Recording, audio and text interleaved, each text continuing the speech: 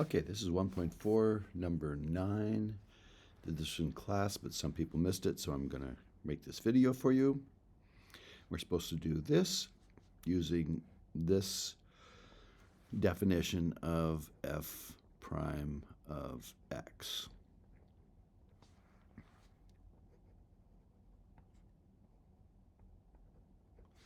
So first of all, we got to figure this out.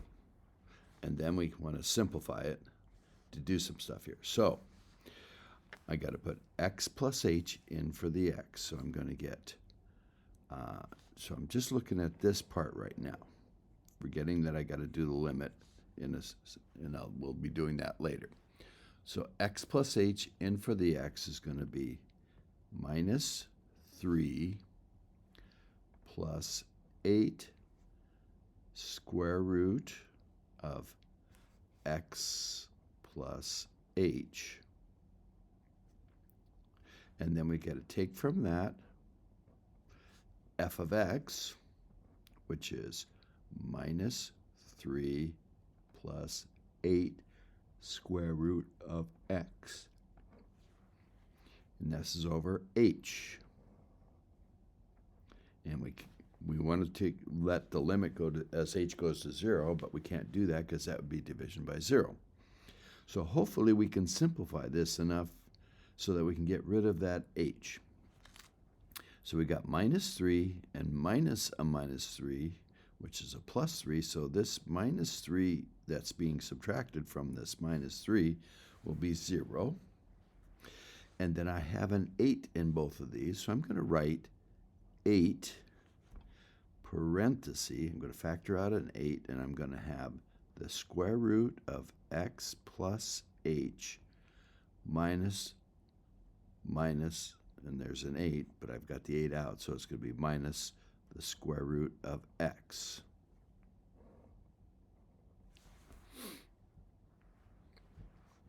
Now, when you got something like this, we have to multiply by the conjugate. Now, the conjugate is a thing that looks the same except it's got a plus. And the reason we multiply by that is with the opposite sign is this factor times that factor. I have to do it in top and the denominator. Again, so this times this will be x plus h without the square root, because the square root of something times the square root of the same thing gets rid of the square root.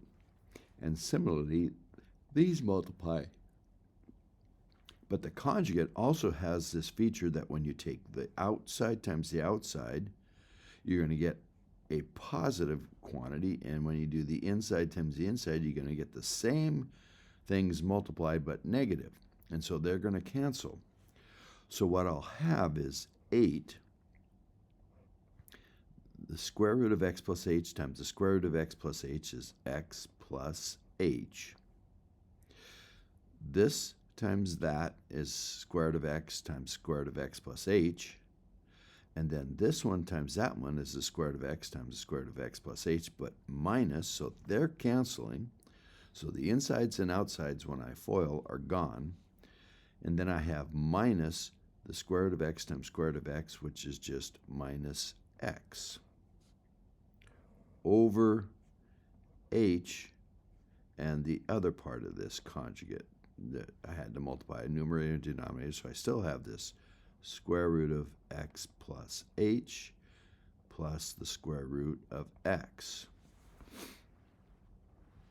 Now, if you look at that, the x's, the x and the minus x, are going to cancel each other. And so this is going to be just 8 times h over h times the square root of x plus h plus the square root of x. And now this h can go cancel that one. And I have 8 over this thing.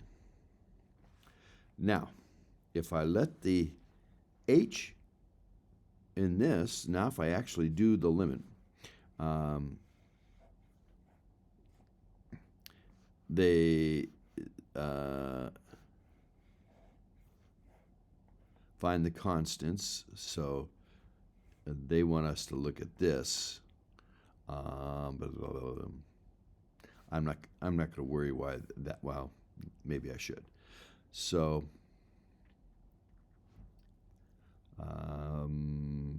what they're saying is you can take this and multiply it by -3 minus the 8 square root of x, numerator and denominator, and get something that looks like this. And what we're going to get is 8 over these constants, but I'm not too worried about those. It's going to be A is going to be 8. B is the number that's times the x, which is 1. And C is going to be times 1. Okay? That's what we got here. And we got the 8 and that stuff.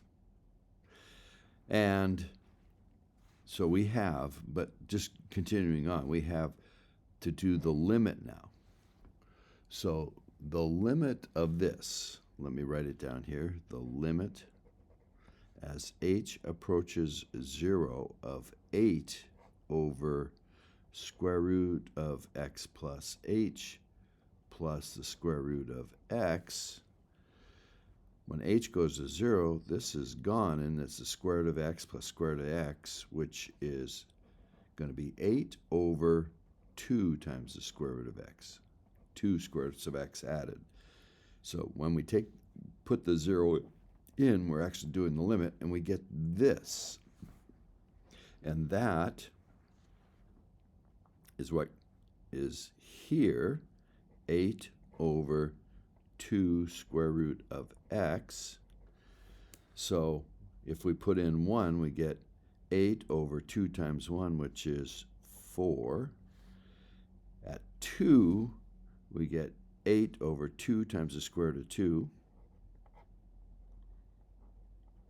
Or I could have reduced that to 4 over the square root of x. That would have made it easier. And so if I put in 1, I get 4. If I put in 2, I get 4 over the square root of 2. If I put in 3, I get 4 over the square root of 3. And those are the answers that should work in this problem.